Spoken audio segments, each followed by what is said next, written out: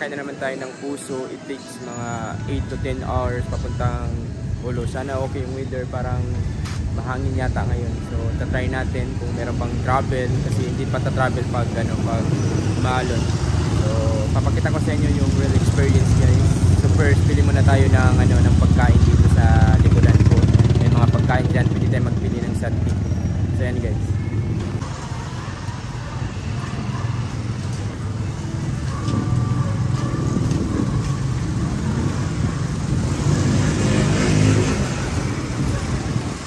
Kasi ni satay.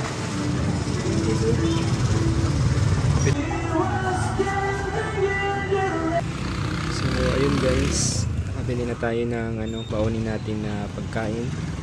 Lakad-lakad muna tayo. Kita ko sa inyo kung yung meron sa Bungaw. So sa mga always nanonood dyan, alam nyo na part na to. Ito yung proper ng Bungaw. Maraming matataas na building. Hindi naman gaano kataas, pero ito yung parang talaga yung Bungaw, parang progressive para sa akin lang. Parang progressive siya na lugar guys. Yung kulang lang dito yung space lang niya, yung sa mga tricycle, yung masasakyan. Sana magkaroon sila ng parang coastal road na parang katulad sa Davao, tapos lagyan ng bridge siya para sa papuntang parang alternate road siya ba papuntang Panglima, papunta sa Sanga-Sanga. Sana lagyan siya ng ganun. Inshallah in the future siguro pag yun magawa yun. Sobrang dito sa Bungaw, sobrang ganda to. Yung worst lang dito is yung pag darating yung barko, sobrang traffic talaga siya guys, kasi nga masikip yung daan, wala siyang mga alternate road. Siguro nagpaplano yung government dito na i-improve nila, gagawan siguro nila ng inshallah gagawan siguro nila ng coastal road siguro papuntang mga Lamion, Sanga-Sanga. Maganda yun. Tapos dito sa may dyan sa may Chinese Pier, maganda din siya lagyan ng mga bridge, parang maging tourist spot siya. Maganda yun guys, pag lagyan ng ganun, parang bridge siya sa taas. Tapos pwedeng magpunta sa kabila yung mga tao. Maganda yung ganun. Tapos parang London siya ba, yung daraan yung mga lansa, dadaan yung mga speedboat, yung mga bangka. Tapos may bridge siya na papunta doon sa kabila. Sobrang ganda. Or di kaya doon papuntang Pababag Island, yung bridge niya. Sobrang ganda guys, believe me. So sana inshallah mura-murahan pag mag-okay yung dito sa Tawi-Tawi. Pero I think mag-improve to yung Tawi-Tawi kasi very progressive siya na lugar. Dito pumupunta lahat yung sa mga isla-isla. Ito yung sentro, yung Bungaw, yung sentro ng Tawi-Tawi. At saka ang dami na ng dito guys, turista. Alhamdulillah, ang dami nang dumadagsa na turista dito. Tapos yung bilib lang ako dito sa Bungaw din kasi every morning may naglilinis talaga, may maintenance sila dito guys. Yun ay kaganda, kahit maraming magtapo na basura. In the future siguro mawala na yung mga ganun, madisiplina lang nila. Kulang lang kasi yung konting disiplina sa mga tao. Pero malinis naman so far every morning kasi meron talagang naglilinis. 7:30. Out. 7:30.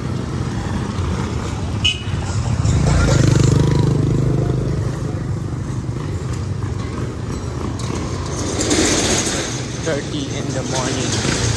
Bali alas 9 ng ng umaga yung makalis yung Puso.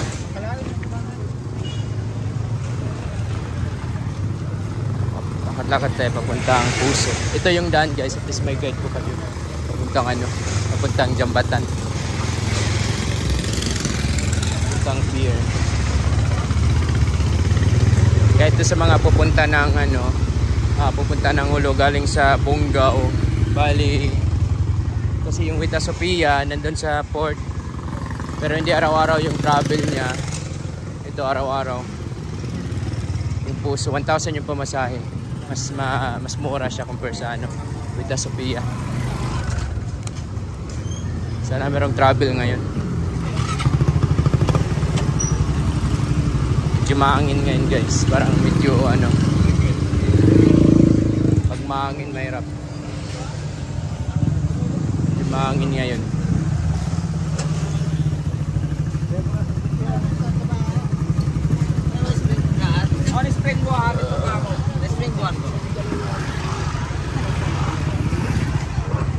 Ayan guys, yung Jambatan malapit lang sa public market nila. Ito lang sa gilid. Jambatan, straight ka lang. So walang cut naman to. Diretso lang. So mag-guide kayo kasi walang cut. Walang cut yung pag-video kayo nito. And guys, marami mga isda. Ito yung na-purpose natin na i-vlog. Maraming isda. Diyan sa unahan guys, ano na, jambatan na. Ayan. Ikita na natin yung ano, yung port. ML yung damang. May mga bilihan din dito guys, oh, ng mga ano, mga Junay.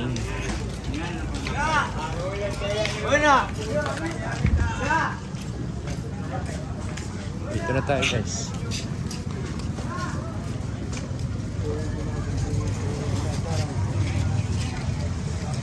Muna yun, narapasog.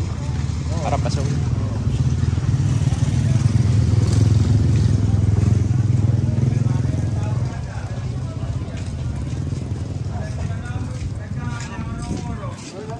Sige tayo guys.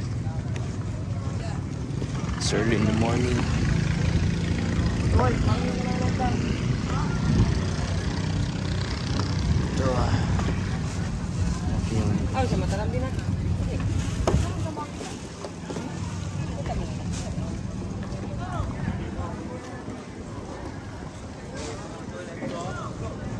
Just malaki yung ano guys.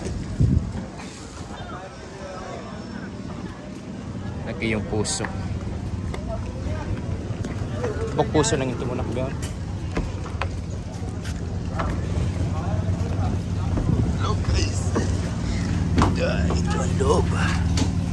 So ayan guys, dapat early ka dito, mga 7:30 or 8 dito ka na sa puso kasi nga maraming passenger para meron ka pang maupuan at saka mahigaan. So bali yung pamasahin niya is 1,000 pesos, direct na yan sa ano, kahit may mga dala kang mga ano, gamit, walang limit. Di katulad sa Vita Sophia, may limit siya, parang 10 kilos yata. So pwede ka na magbili ng mga baon kasi malayo yung travel, alas 7:30 or mga 8 pa darating sa Hulu. Pag okay naman yung weather, mga 7. So ready ka na lang ng mga pagkain, mga baonin mo kasi mahabang travel. At saka maganda dito guys kung meron kang ano, parang tulugan, parang meron kang ano dyan sa baba.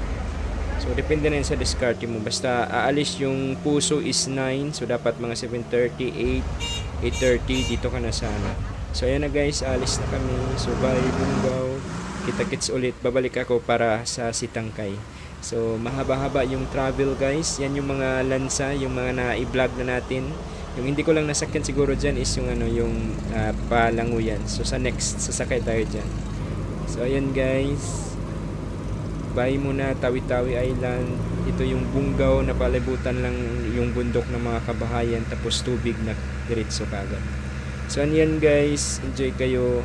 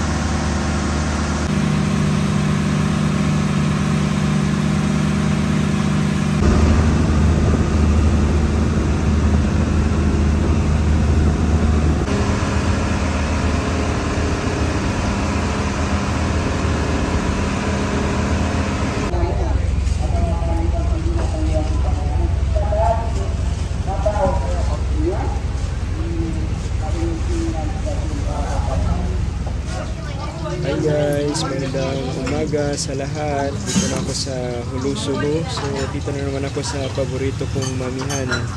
So ito yung Zamzam Mami, yung old mamihan na may pinakamasarap na mami para sa akin. May arroz caldo. So kompleto dito guys, may arroz caldo at saka mami. Masasarap talaga guys. Ito yung favorite ko, ma-recommend ko din sa inyo. So yun guys, kain tayo, breakfast. So perfect na yung breakfast na to para sa mga medyo diet katulad ko. Hindi talaga ako mahilig guys, magpataba kasi nga mahirap maganda nga always ako nag-walking tour kasi na-exercise ako para yung mga muscles natin hindi kalawangin.